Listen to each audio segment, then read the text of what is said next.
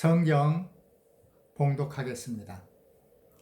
하나님 말씀은 출애굽기 19장 3절부터 12절 말씀입니다. 출애굽기 19장 3절부터 12절 말씀 봉독하겠습니다.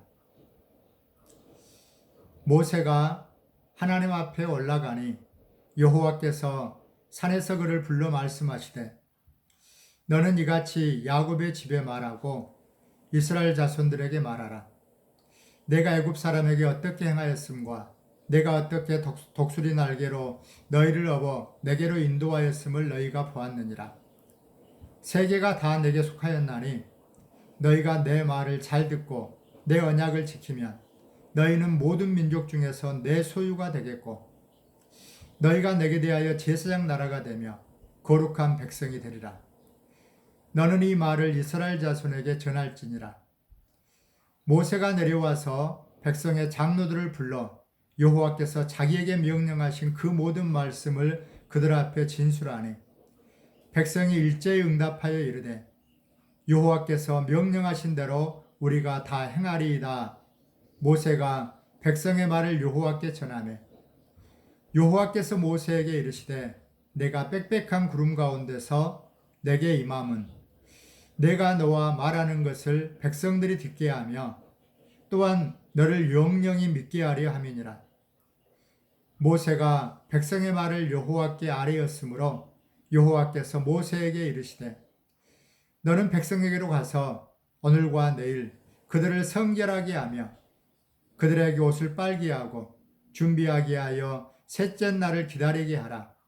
이는 셋째 날에 나 여호와가 온 백성의 목전에서 시내산에 강림할 것임이니 너는 백성을 위하여 주의 경계를 정하고 이르기를 너희는 삼가 산에 오르거나 그 경계를 침범하지 말지니 산을 침범하는 자는 반드시 죽임을 당할 것이라. 아멘. 오늘은 거룩하게 택함받은 하나님 백성의 특징에 대해서 말씀드리겠습니다. 오늘은 출애굽기 19장을 살펴보겠습니다. 먼저 18장의 내용을 간단하게 살펴보고 19장으로 넘어가겠습니다. 18장 1절부터 12절은 모세의 장인 이드로가 하나님을 찬양하고 예배하는 장면이 나옵니다. 아말렉과의 전쟁에서 모세가 산에 올라가 손을 높이 들자 하나님께서 권능의 손으로 함께하사 이스라엘을 승리하게 하셨습니다.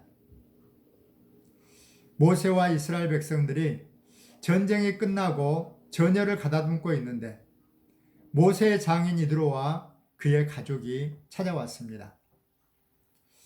모세가 애굽으로 갈 때 가족을 장인에게 보냈었는데 헤어졌던 가족과 다시 죄를 한 것입니다. 이 일로 모세는 잠시나마 지친 몸과 마음을 회복하는 안식을 누렸을 것입니다.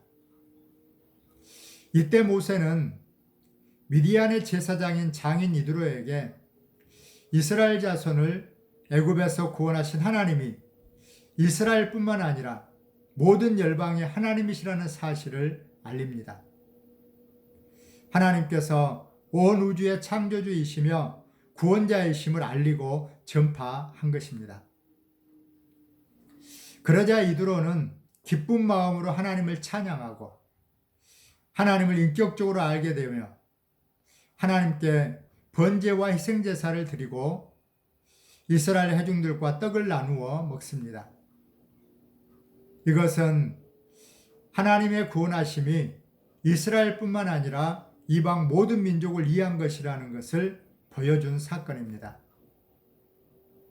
하나님께서 아브라함을 택하셔서 그의 후손을 통해 모든 민족이 복을 받게 할 것이라고 창세기 12장 1절부터 3절에서 말씀하셨는데 그 약속하신 그 비전이 광야에서부터 이방인인 모세의 장 이드로를 통해 나타나게 이루어지게 된 것입니다.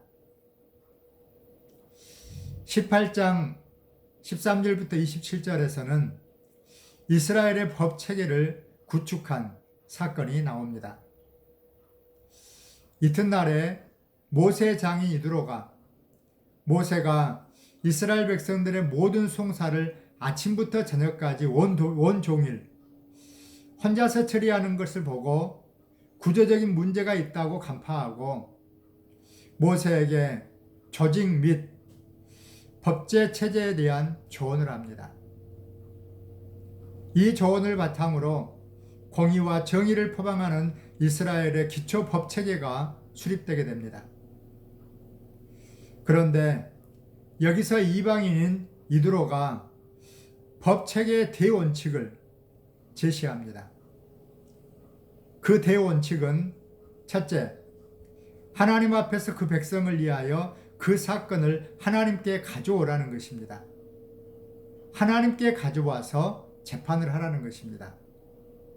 둘째, 재판관을 세워 모세가 재판하던 것과 동일하게 하나님의 율례와 법도를 그들에게 가르쳐서 마땅히 갈 길과 할 일을 그들에게 보이라는 것입니다.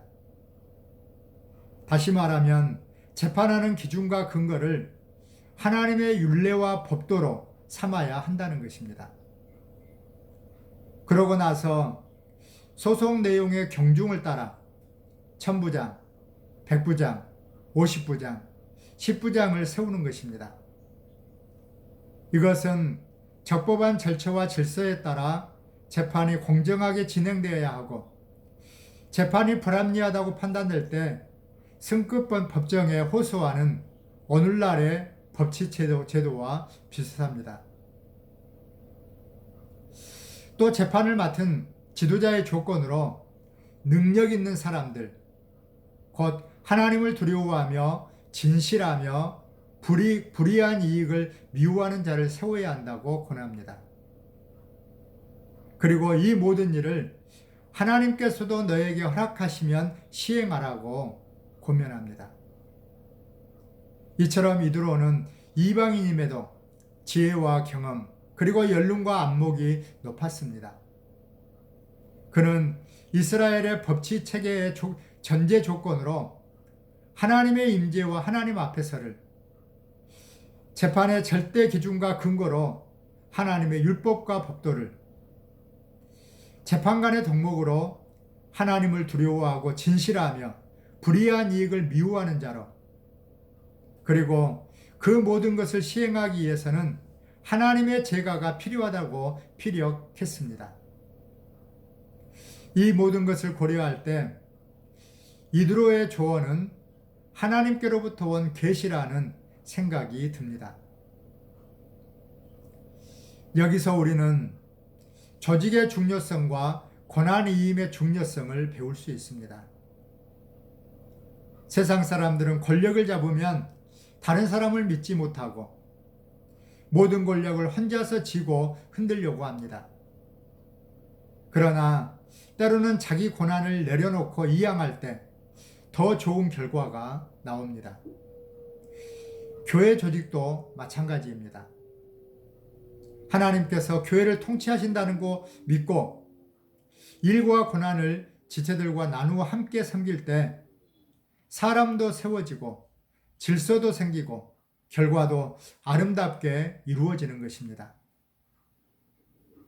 그리고 우리는 하나님의 일을 맡은 자로서 마땅히 하나님을 두려워하며 진실하며 불의한 이익을 미워하는 자가 되어야 합니다.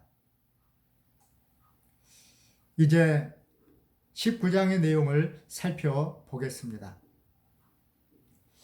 출애굽기 19장 1절부터 24장 11절까지는 출애굽기의 중심이요 핵심으로 시내산 문단이라고 불립니다. 어쩌면 이 사건은 구약 성경 전체에서 가장 중요한 사건일지도 모릅니다. 시내산에 도착한 이스라엘 백성들이 하나님을 섬기겠다는 언약을 맺습니다.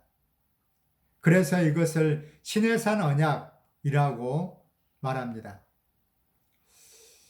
이것은 하나님께서 이스라엘 조상들과 맺으신 언약을 지키심과 동시에 그 자손들과 다시 한번 새롭게 언약을 맺고 그들에게 특별한 지위를 부여하신 사건이십니다.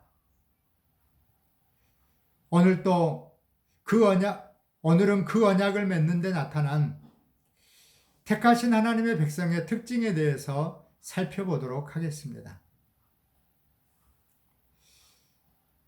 높이뛰기 선수에게 가장 중요한 것은 도움닫기라고 말합니다. 도움닫기를 어떻게 하느냐가 점프의 성공에 60%의 영향을 준다고 합니다. 100m 달리기 선수에게도 가장 중요한 것은 출발선에서의 준비 자세입니다. 그 준비를 어떻게 하느냐에 따라 기록을 1, 2초조까지 줄일 수 있다고 합니다. 운동선수에게 준비 자세가 중요하듯이 우리 인생길에도 충분한 준비가 필요합니다.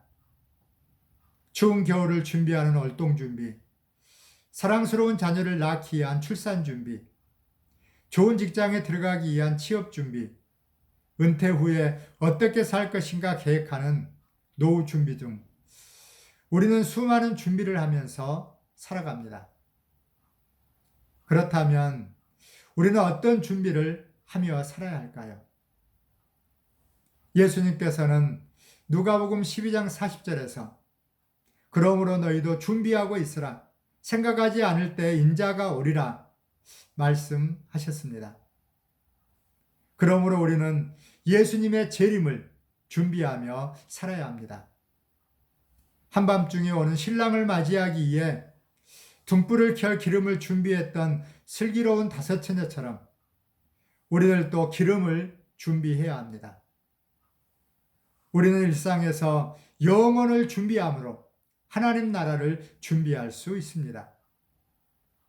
성경은 우리가 살고 있는 지금이 마지막 때라고 말합니다. 그러므로 우리는 주님의 재림을 준비하며 하루하루를 살아가야 합니다. 이스라엘 자손이 출애굽한 지 3개월이 지나 시내 광야에 이르러 장막을 쳤다고 1절에 말합니다. 그런데 사실 10일이면 시내 광야까지 도착하는데 충분한 시간입니다. 그럼에도 60일이라는 긴 시간이 걸렸습니다. 그것은 아마도 그들 중에 어린아이와 여자들, 기력이 세한 노인들도 섞여 있었고 또 각종 가축까지 거느리고 있었기 때문일 것입니다. 그럼에도 이스라엘 백성의 행진은 철저히 하나님의 지시에 따른 것입니다. 하나님께서 그들을 신속하게 가나안 땅으로 인도하지 않으시고 느리게 진행시키셨습니다. 그 이유는 오랫동안의 노예 생활로 생긴 노예 근성을 벗고 자유민으로서 하나님을 구원자요 주권자로 온전히 믿는 참 신앙인으로 준비시키기 위해서입니다. 이스라엘 자손에게 당장 필요한 것은 가나안 땅이 아니라 그 땅에 합당한 백성으로 변화되는 것이기 때문에 하나님은 그들을 광야에서 훈련시키신 것입니다. 첫 번째로 하나님께서 이스라엘을 출애굽시킨 이유는 그들을 자기 백성으로 삼으시기 위함입니다. 4절부터 6절 상반절 함께 읽겠습니다. 내가 애굽 사람에게 어떻게 행하였음과 내가 어떻게 독수리 날개로 너희를 업어 내게로 인도하였음을 너희가 보았느니라. 세계가 다 내게 속하였나니 너희가 내 말을 잘 듣고 언약을 지키면 너희는 모든 민족 중에서 내 소유가 되겠고 너희가 내게 대하여 제사장 나라가 되며 거룩한 백성이 되리라.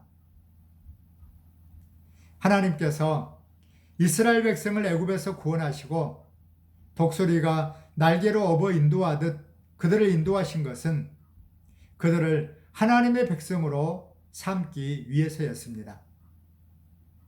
그들을 모든 민족 중에 하나님의 소유, 하나님에 대하여 제사장 나라, 거룩한 백성이 되게 하기 위해서였던 것입니다.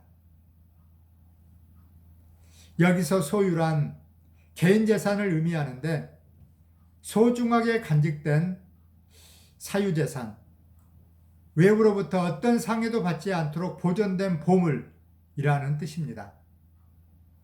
하나님은 이스라엘 백성을 보물처럼 그분의 날개로 업어서 안전하게 보호하셨습니다. 또한 하나님은 이스라엘 백성을 제사장 나라로 부르셨습니다. 제사장 나라는 첫째, 거룩하신 하나님과 세상 나라 백성을 중재하는 나라입니다. 둘째, 타락한 세상에 하나님의 영광을 드러내며 하나님의 거룩한 뜻을 전파하는 나라입니다. 셋째, 하나님의 소유된 백성으로 스스로 성결할 뿐만 아니라 하나님의 거룩함과 존귀함을 보존하는 나라입니다. 넷째, 기도와 찬양으로 하나님께 늘 가까이 가는 나라를 의미합니다. 또한 하나님은 이스라엘 자손을 거룩한 백성으로 부르셨습니다. 거룩한이라는 말은 순수하다, 헌신하다, 성스럽다 라는 뜻입니다. 이 단어는 하나님의 속성을 나타내거나 세상과 구별된 하나님의 소유 또는 하나님을 위해 쓰임받는 사람에게 사용됩니다. 그런데 하나님의 거룩한 백성이 되기 위해서는 5절 말씀에 하나님의 말씀을 잘 듣고 그 언약을 지켜야 한다고 말씀하십니다. 여기서 듣다라는 말은 들은 것을 이해하고 순종하는 것까지 포함되는 말입니다. 사랑하는 성도 여러분, 하나님은 출애굽한 이스라엘 백성들이 하나님의 형상을 닮은 거룩한 백성이 되기를 원하십니다. 그래서 광야에서 훈련시키신 것입니다. 그 훈련은 바로 떠남과 멈춤으로 이루어집니다. 애굽을 나온 이스라엘 백성들은 떠나고 멈추는 일을 계속 반복했습니다. 본문에도 1절을 보면 애굽 땅을 떠났고 2절을 보면 르비딤을 떠나 시내 광야에 이르렀다고 말합니다. 그리고 이제 시내 광야에서 장막을 치고 머물면서 거룩한 하나님의 백성으로서 준비를 시작합니다. 여러분, 하나님은 오늘 우리에게도 동일한 훈련을 시키십니다. 하나님께서는 우리를 선택하시고 왕 같은 제사장, 거룩한 나라, 그의 소유된 백성으로 삼으셨습니다. 베드로전서 2장 9절 말씀 함께 읽겠습니다. 그러나 너희는 택하신 족속이요 왕 같은 제사장들이요 거룩한 나라요 그의 소유가 된 백성이니 이는 너희를 어두운 데서 불러내어 그의 기이한 빛에 들어가게 하신 이의 아름다운 덕을 선포하게 하려 하심이라. 여러분, 하나님께서는 우리를 어두운 세상 가운데서 불러내어 세상과 구별되게 하시어 세상을 떠나게 하시어 하나님의 놀라운 빛의 세계로 들어가게 하셨습니다. 그러므로 우리는 이미 하나님의 기이한 빛의 세계로 들어왔지만 영원한 빛의 나라, 영광의 하나님 나라에 들어갈 때까지 거룩한 삶으로 준비해야 합니다. 그것은 왕 되신 주님을 경외하며 주님의 명령을 따라 떠남과 멈춤을 반복하는 것입니다. 주님이 가라고 하면 가고 주님이 서라고 하면 서는 것입니다. 떠나 세상에 생활할 때는 구름 기둥의 인도하심을 받고 멈춰 있을 때는 불 기둥의 인도하심을 받으며 하나님의 말씀을 지켜 행하는 철저한 순종의 삶을 사는 훈련을 해야 한다는 말씀입니다. 매 순간 하나님과 동행하면서 우리를 빛의 나라로 들어가게 하신 하나님의 아름다운 덕을 선포하는, 하나님의 구원을 선포하는 삶을 살아야 합니다. 두 번째로, 이스라엘 자손은 구름 가운데 임하시는 하나님을 맞이하기 위해 성결하도록 준비했습니다. 10절, 11절 말씀 함께 읽겠습니다. 여호와께서 모세에게 이르시되 너는 백성들에게로 가서 오늘과 내일 그들을 성결하게 하며 그들에게 옷을 빨게 하고 준비하게 하여 셋째 날을 기다리게 하라. 이는 셋째 날에 나 여호와가 온 백성의 목전에서 시내산에 강림할 것임이니. 하나님은 이스라엘 백성에게 성결을 위해 옷을 빨고 하나님을 맞을 준비를 하라고 말씀하십니다.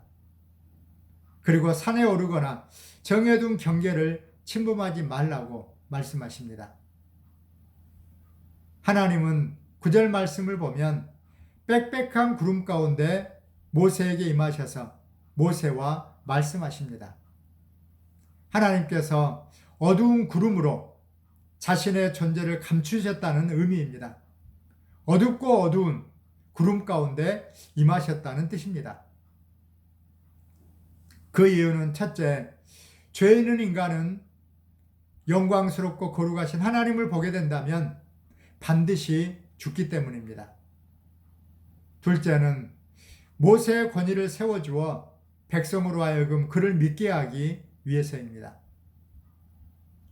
그리고 백성들은 하나님의 임재를 준비하기 위해 옷을 빨고 셋째 날을 기다려야 합니다.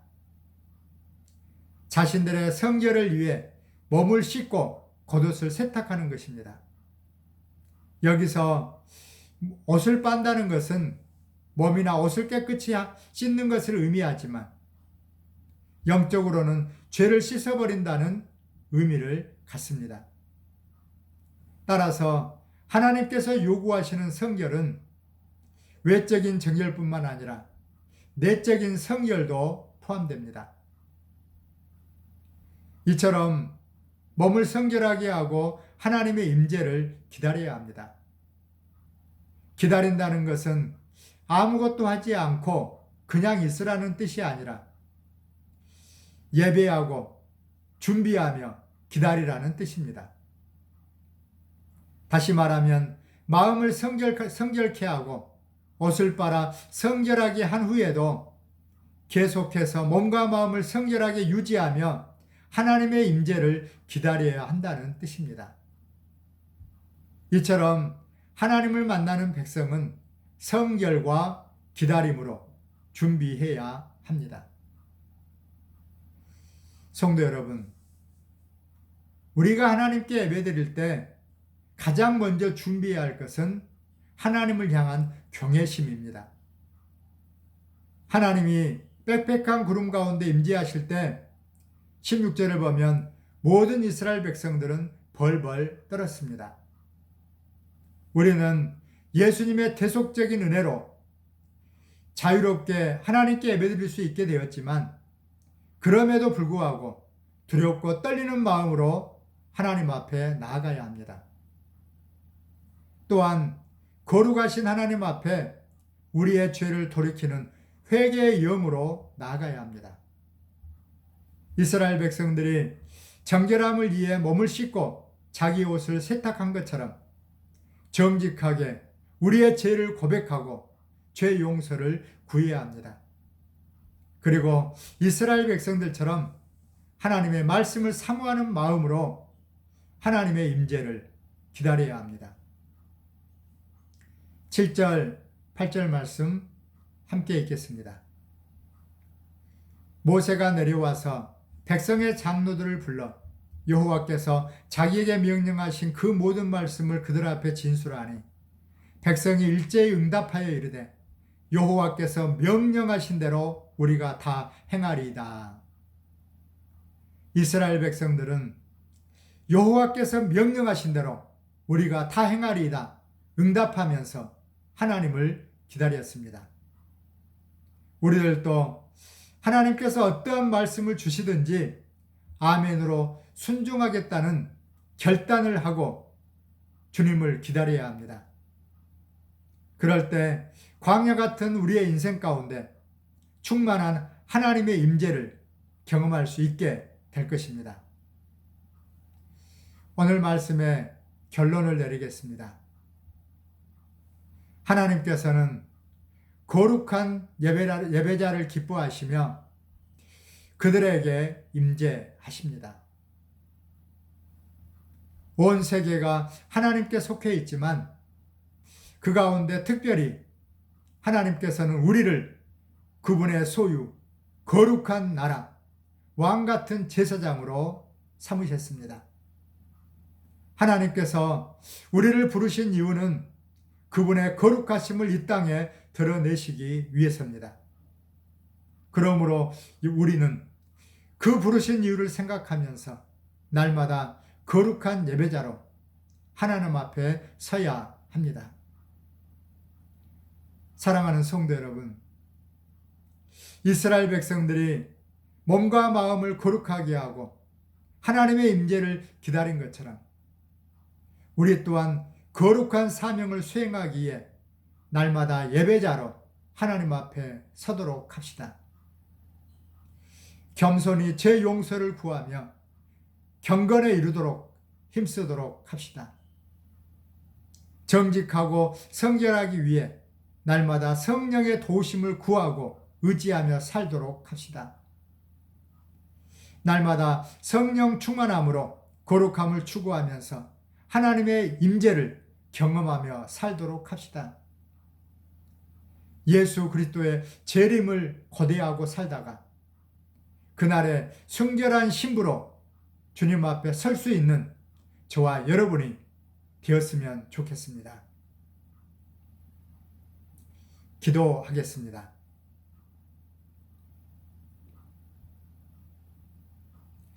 사랑하는 하나님 아버지, 이대로가 제안한 지도자의 자격처럼 우리들도 모두 능력 있는 사람들이 되게 하여 주옵소서.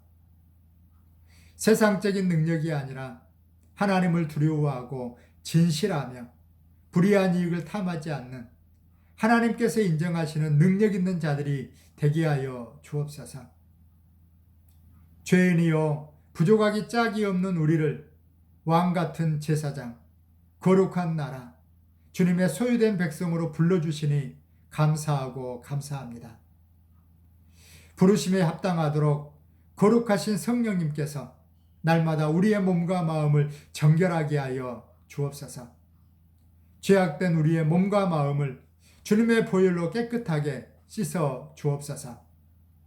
날마다 주님을 경외하는 예배자로 겸손히 세상을 섬기며 주님의 날을 준비하게 하여 주옵소서. 주님 오시는 그날까지 성결함을 유지하도록 힘쓰며 매 순간순간마다 주님과 동행하며 살게 하여 주옵소서. 예수님의 이름으로 기도하옵나이다. 아멘.